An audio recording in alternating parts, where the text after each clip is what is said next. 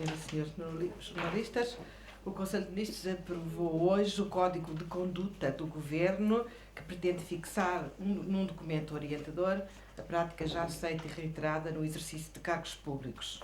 Através desta resolução, o Governo define orientações de conduta para os membros do Governo, para os membros dos seus gabinetes e, indiretamente, para demais dirigentes superiores da administração pública, dando assim cumprimento ao objetivo de valorizar o exercício de cargos públicos como forma de melhorar a qualidade da democracia e aumentar a confiança dos cidadãos nas instituições públicas.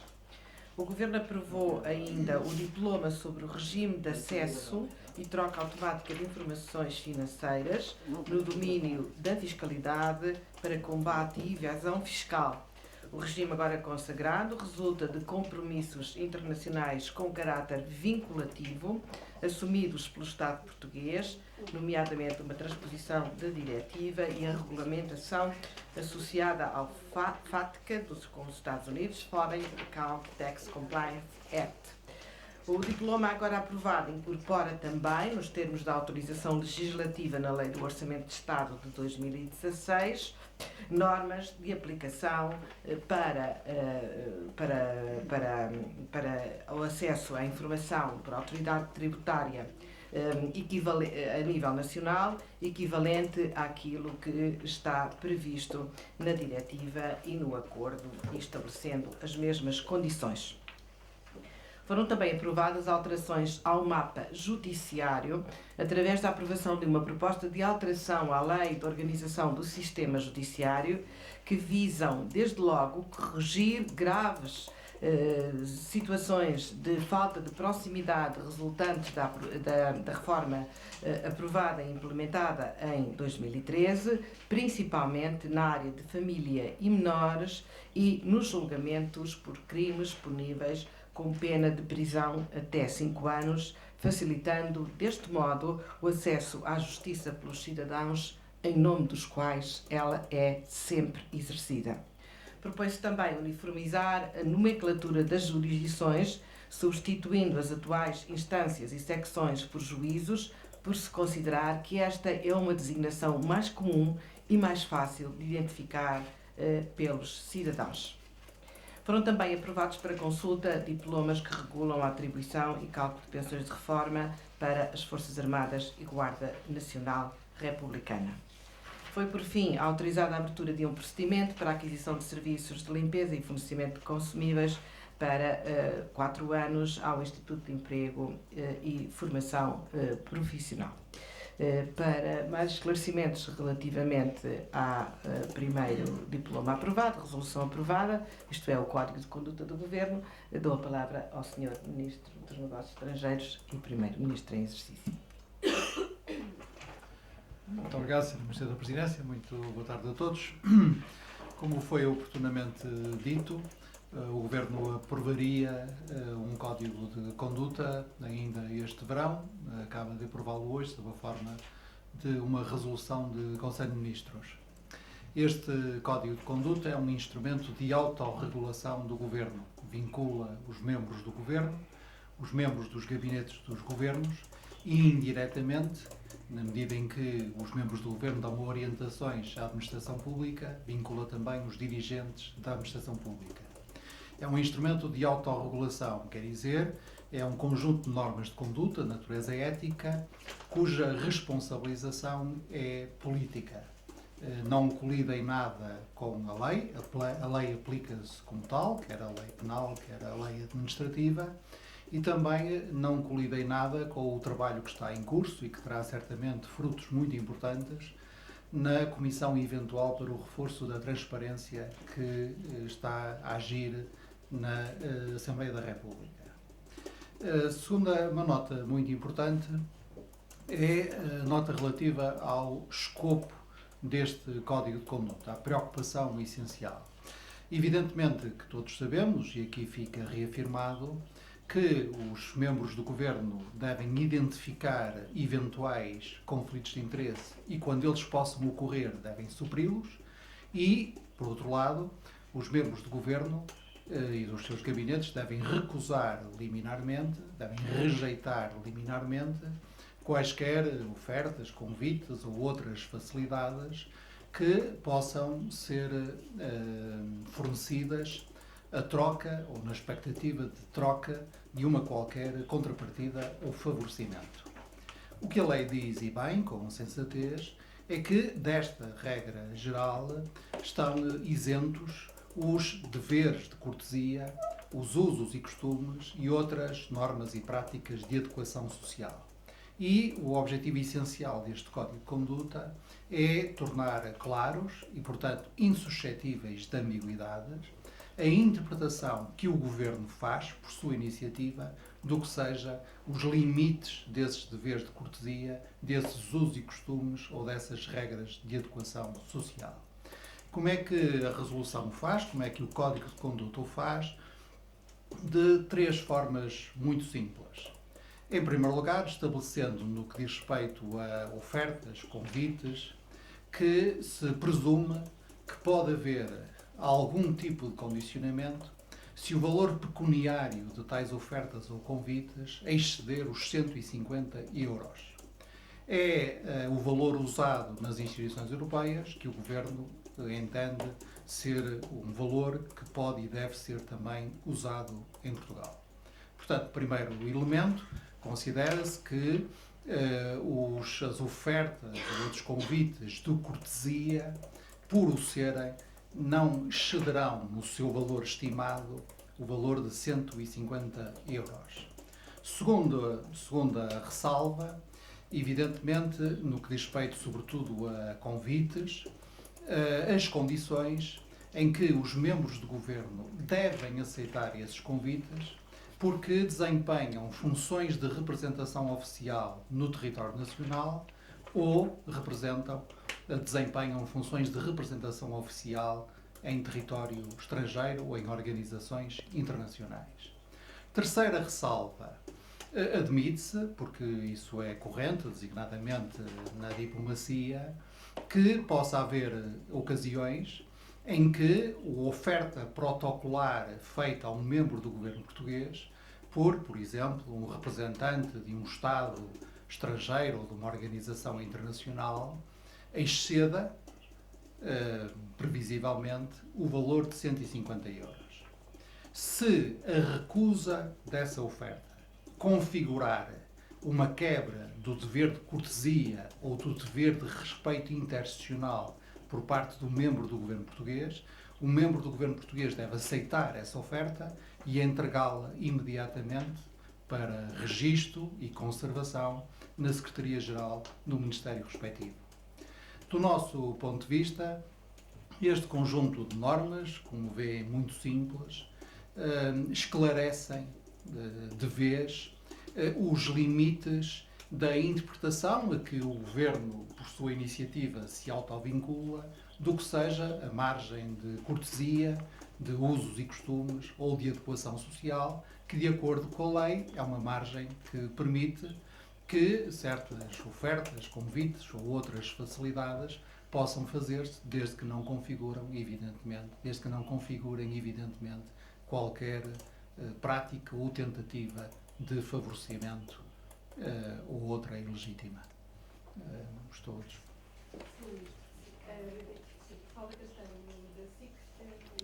Este código que limita, portanto, a aceitação de alguns prémios ou, eventualmente, algumas regalias para os membros do Governo e não só, vai ter efeitos retroativos sobre os secretários de Estado que aceitaram as viagens da GAP, uma vez que estamos a falar de valores superiores ao limite estabelecido de 150 euros.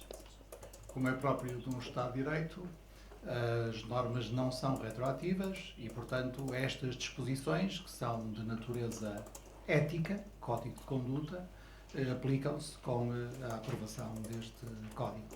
Significa, Sr. Ministro, que no futuro, numa situação semelhante, os políticos e outros dirigentes de cargos da administração pública terão que recusar, eventualmente, viagens para, nem que seja para representar o Estado português? Não, nada disso, ainda bem porque pergunta, porque é muito importante esclarecer. O que estão aqui em causa não são não é o desempenho das funções oficiais dos membros do Governo, designadamente quando o desempenho dessas funções oficiais se faz em nome do Estado português e com os respectivos custos suportados pelo Estado português. Não é nada disso que está aqui em causa. O que está aqui em causa, e a questão que se colocava e que o Governo decidiu fechar por um mecanismo de autorregulação, é a questão de saber qual é a latitude do dever de cortesia. Porque há um dever de cortesia que é também um dever que deve ser cumprido pelos membros do Governo quando estão no seu exercício de funções. Por exemplo, se eu recusasse a gravata que a presidência semestral da União Europeia me está a oferecer numa cerimónia oficial, isso seria, da minha parte, um comportamento indigno. É indigno que um membro do governo português, representando o governo português, cometa um tal ato de descortesia face a um país amigo e aliado. E, portanto, o que o Código faz é estabelecer com rigor e com pormenor os termos em que os gestos de cortesia devem ser aceitos. Quando é que eles devem ser aceitos? Em primeiro lugar, podem ser aceitos desde que o valor dos bens envolvidos seja inferior a 150 euros. É a regra da Comissão Europeia, é a regra que nós usamos. Podem e devem ser aceitas quando os gestos em causa, designadamente os convites em causa, são convites para membros do Governo exercerem funções de representação oficial do Estado português ou de interesse público que outros, por definição, não podem desempenhar por eles. Por exemplo, o Ministro da Cultura participar na estreia de uma companhia de teatro que o convida como Ministro da Cultura. E, terceira condição, quando estão em causa, designadamente convites, por exemplo, razões de hospitalidade, que têm a ver com a realização de cimeiras, conferências, reuniões formais ou informais de organizações internacionais a que o Estado português pertença. Por exemplo, é praxe que, quando se realizam reuniões informais na União Europeia, seja a presidência que as organiza que assegure as despesas de estadia dos respectivos membros. E, evidentemente, que é obrigação de um membro do governo português aceitar essa oferta. Portanto, as coisas são, queremos, a partir de hoje, totalmente claras, no sentido em que, por nossa decisão de autorregulação, nós decidimos voluntariamente circunscrever a margem de interpretação que a lei concede. Boa tarde. Lígia Veríssimo, da RTP. Eu tenho algumas dúvidas, nomeadamente se a resolução implica algum tipo de penalização quando as regras não são cumpridas, porque senão, enfim, por um lado. E depois eu não sei se posso fazer perguntas sobre outras matérias que estão aqui. Eu tenho algumas dúvidas sobre estas alterações ao mapa judiciário. Sim, está bem. Muito obrigado pela sua questão. Só, em relação a esse assunto, tenho outra dúvida. Na altura, foi o Sr. Ministro que anunciou que ia ser aprovado este Código de Conduta, disse também que os secretários de Estado em questão iriam devolver o dinheiro, enfim, envolvido na viagem. Eu não sei se tem condições de me dizer se já o fizeram e qual o valor da fatura. É uma das questões que tem sido colocada. Muito obrigado. Em relação à segunda questão, sim, já o fizeram. Aliás, já foi anunciado. Em relação à primeira questão, o código é um código de conduta, portanto é um mecanismo de autorregulação, o que quer dizer que o sancionamento, nos termos deste código, portanto, para além de todo o sancionamento que pode ocorrer de natureza penal e administrativa, o sancionamento aqui é de natureza política. Portanto, inscreve-se nos deveres de responsabilidade política dos ministros e dos secretários de Estado dependentes do Primeiro-Ministro face ao Primeiro-Ministro e dos secretários de Estado dos ministérios setoriais face aos respectivos ministros. Portanto, é a responsabilização política.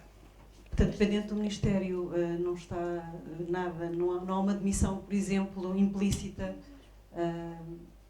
porque foi pedida pela oposição, estou-lhe a perguntar só isso. Se as regras não forem cumpridas, não como é que eu vou explicar? Fica ao critério do superior hierárquico do infrator? Não fica ao critério do superior hierárquico. fica no poder que o Primeiro-Ministro tem sobre os seus ministros e que os ministros têm sobre os secretários de Estado, no âmbito das responsabilidades políticas que os ministros têm perante os primeiros-ministros e os secretários de Estado têm os ministros e o conjunto do governo tem perante a Assembleia da República. Deixa-me só. Faltou só responder em relação à fatura, ao valor da fatura, se é possível saber. Eu, com toda a franqueza, minha senhora, eu sou Ministro dos Estrangeiros, não sou contabilista, não sei. Não imagino sequer qual é o custo desse tipo de viagem. Sim, em relação ao mapa judiciário, eu estava-lhe a perguntar isto, porque há aqui alterações, não implica a reabertura de nenhum dos tribunais que foi fechado, por exemplo. Podendo não implicar a reabertura do tribunal na sua globalidade, implica colocar nessas ex-comarcas ou comarcas atuais, portanto, nesses concelhos onde esses tribunais foram fechados, corrigir situações, nomeadamente para estas áreas de litigância mais frequente e onde a questão da proximidade é mais relevante, ou seja, na área de família e menores, portanto só algumas partes do direito ou algumas partes da litigância, e na área de crimes cuja pena é inferior a 5 anos, que são também, enfim, não aqueles que são mais objetos que são públicos, mas aqueles que são mais frequentes e mais correntes e, portanto, onde é mais necessário para a população ter essa possibilidade de eles serem tratados e resolvidos em proximidade. Já estão definidos quais serão? Isto é uma proposta de lei que vai à Assembleia da República, naturalmente, que ficará também depois à vossa disposição para poderem analisar com mais detalhe onde é que isso vai acontecer. Boa tarde, Judite Nery Sousa, da TSF. Eu gostaria de voltar ao caso ainda do Código de Conduta para questionar. Primeiro, o Sr. Ministro disse que passará a estar sobre o escrutínio do Primeiro-Ministro a eventual penalização política, conforme respondeu à minha colega. Pergunto em que é que isso difere do que se passa já hoje e, portanto, da situação que ocorreu, qual é que é a diferença. Por outro lado, em relação ainda às faturas e ao reembolso, se o Governo politicamente tenciona apresentar essas faturas. Obrigada. Muito obrigado. Em relação à primeira questão, a responsabilidade política é a responsabilidade de nós todos no exercício de funções políticas e, portanto, nós como Governo somos responsáveis perante a Assembleia da República e, como Ministros, somos responsáveis perante o Primeiro-Ministro. E os nossos secretários de Estado são responsáveis politicamente perante nós próprios. O que o Código de Conduta faz, o que o Governo faz aprovando o Código de Conduta, é incluir no espectro de questões pelas quais nós somos responsáveis também estas normas de conduta. E falo fechando aquilo que a lei, e bem, deixa ao critério de uma avaliação, do que seja a cortesia, os usos e costumes ou as práticas de adequação social. O Governo, para seu Governo, para a sua conduta, por sua decisão e autorregulação, decide considerar como critério para a determinação do que seja a cortesia um certo valor pecuniário, abaixo de 150 euros, em conformidade com o parâmetro seguido nas instituições europeias e acrescenta-lhe, naturalmente, duas ressalvas principais. Aquelas circunstâncias em que os membros do Governo estão em funções de representação oficial, seja no território nacional, seja no território estrangeiro, e aquelas circunstâncias em que, mesmo sendo, por exemplo, uma oferta de valor superior a 150 euros, rejeitá-la significaria quebrar o respeito devido, por exemplo, perante um Estado estrangeiro. Nessa circunstância, o que é que se faz? O membro do Governo aceita a oferta em nome do Estado e deposita na Secretaria-Geral do respectivo Ministério, daí disso havendo registro. Se evidentemente for, por exemplo, um bem perecível ou um bem aproveitável para outros fins, a resolução ela própria diz que as Secretarias-Gerais podem encaminhá-los para instituições de natureza social. Se for aproveitável para fins, por exemplo, museológicos, assim não deve ser. Mas, portanto, há aqui uma questão que é muito importante, designadamente do ponto de vista diplomático, que é nós termos um código de conduta que não permita que haja nenhuma espécie de dúvidas e, ao mesmo tempo, sermos respeitosos perante designadamente outras instituições, outros Estados e outras organizações. Nesse caso, o que nos oferecem a nós, oferecem ao Estado português, e a Secretaria-Geral do Ministério respectivo toma registro e conserva essa oferta. Assim nos pareceu facilmente compatibilizável o duplo dever de cortesia. Em relação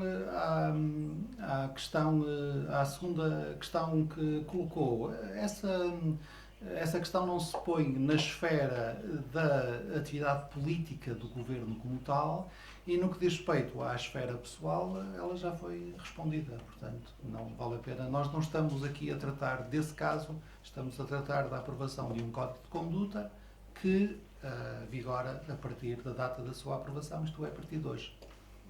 A Teresa Correia da Antena 1. Se este Código de Conduta já existisse no caso das viagens ao euro, como é que qual poderia ter sido o desfecho e qual poderia ter sido então a atuação dos secretários de Estado e eventuais sanções, uma vez que há sanções políticas previstas por este Código? Também agradeço a sua pergunta e respondo da seguinte forma. A não retroatividade das normas é uma das muitas coisas que distingue a civilização da barbárie. Portanto, a sua pergunta, que compreendo, do ponto de vista jurídico, não tem nenhum sentido. Nós não aplicamos retroativamente normas. A partir de hoje, nós todos, porque este, como digo, é um instrumento de autorregulação do Governo, nós todos, no Governo, os membros dos nossos gabinetes e os dirigentes da administração pública que trabalham connosco, nós hoje, a partir de hoje, sabemos todos como interpretamos os critérios da lei. E a partir daí não há nenhuma dúvida no nosso comportamento. Portanto, é uma maneira também de tornar mais claras as coisas, e quando nós tornamos mais claras as coisas, protegemos melhor as pessoas. E quando protegemos melhor as pessoas, protegemos melhor as instituições, que é essa a nossa função principal. Obrigado.